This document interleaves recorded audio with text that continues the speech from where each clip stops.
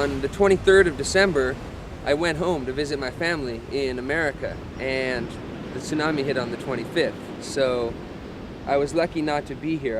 I got a phone call because I was the only person that had the list of who was at the resort, and that was the list in my head because all of the computers, everything had been destroyed. So there were a bunch of people trapped up on a hill, and they were trying to determine who was missing.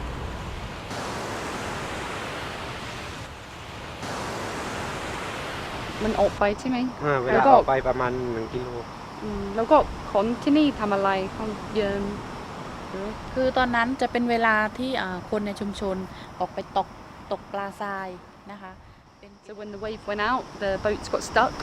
So they left the boats there and came on to probably where we're standing now to actually take a look out to the sea and sort of, because everybody was very confused because nobody had ever seen the sea behave that way. So they were all standing along here.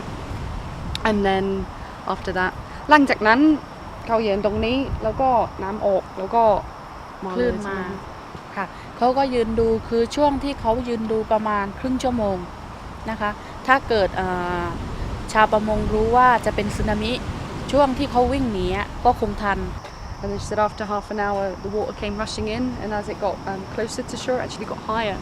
And I asked her how high the wave was, and she said that people said it was up to the top of the trees, so that's quite a high wave. Husband and wife, yeah. The first wave, they hold the pine tree together, and the second wave is hit the wife disappear. เขาก็ยืนดูคือช่วงที่เขายืนดูประมาณครึ่งชั่วโมง So there was actually 47 people died in the tsunami.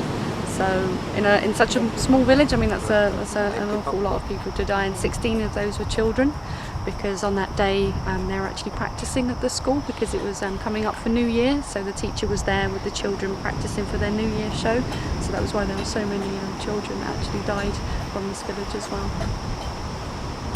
แล้วก็มีอะไรอีกไหม ใครหลังนี้บ้านของใครตรงนี้จะเป็นอะไรอย่างเงี้ยคือจะมองเห็นภาพที่สมัยก่อนอยู่อะ So she said that when she comes back to the site of the old village, she sort of imagines it as it once used to be, and whose house was that? Who used to live there? So she imagines it in her mind how it used to be. แล้วก็มันมาที่นี่มันกลัวไหมมันตอนแรกๆก็มีความรู้สึกกลัวจนไม่กล้าที่จะมาชายหาดกลัว So I asked her if she's scared to come back to be near the sea, and she said during straight after the tsunami she just wouldn't come down here, but sort of now 2 years on she can come back and she doesn't get that fear that she used to feel here.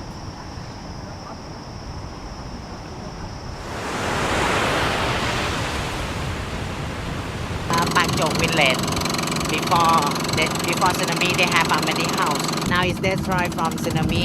Many people move to the mainland, and some they waiting for the house from Lion Club. Chinese refugees from the Civil War settled the village of Bakjok in the late 1950s. It became a very prosperous fishing village. Many of the families were extremely rich, but kept their savings in the form of gold within their houses. So after the tsunami, when the entire village of Bakjok was wiped off the face of the earth, these families were reduced to utter poverty.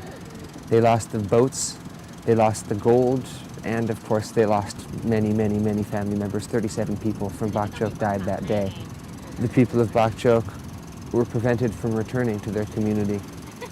They did not have title to the land, and the people that did have title to the land wanted to develop it for other purposes.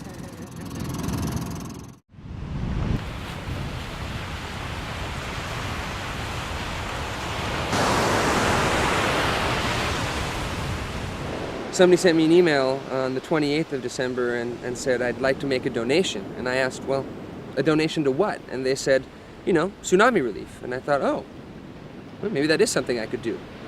And 2 days later, North Andaman Tsunami Relief was born. And by January 7th, when I returned to Thailand, we had a couple $1,000s of donations. And we came really just to see what we could do to help the communities that I knew and loved from this area, from Bantale Nok in the north down to Kopratong in the south. Temporary housing was being built, rice had been delivered in excess, clothing was pouring in from all over the country, but one of the first things that we saw, people had no expendable income, and they also had poor nutrition. So we did two things. We started delivering fresh veggies to the different villages, and we also came up with temporary or short-term employment programs like clearing the mangroves or pulling and salvaging the boats that had been destroyed in the tsunami. So NATR donated 3,000 of these traps and distributed them amongst the families, so they had an immediate source of fresh food, and then also the extra ones that they caught, they could actually sell them and have a little bit of money to survive from. And also we did help with nets and other types of traps, so that was the livelihood replacement project that we helped with straight after the tsunami.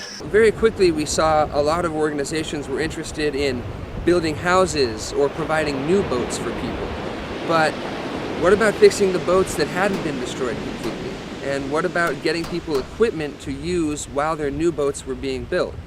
So we focused on buying crab traps, buying fishing supplies, fixing the boats that weren't destroyed. In addition to short-term income, I think some of the early programs helped to provide some resilience to disruption of income in general.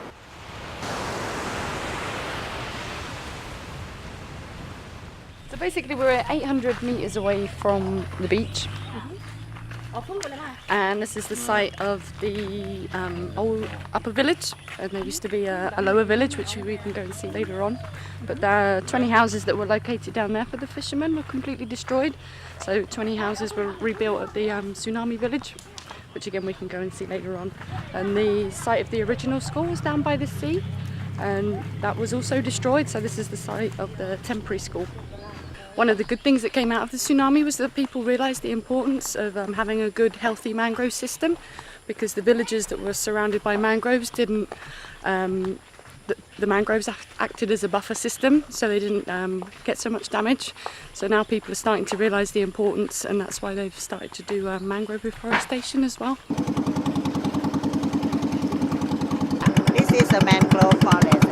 The water in here is like a nursery for the sea animal, because the shrimp, fish, and crab or shellfish used to lay down the egg around this area, and then after they grow enough, they're going out to the sea. We have to show many people in the world like you should be love the tree. It's necessary for them to protect the wave. They have the rule in the village also. If like somebody cut one, they have to replant 10. The Nipa palm, they have a root. The root is try to protect the soil. The wave come down to the village, but this area, the wave is not come to this size. That's why it's important for them.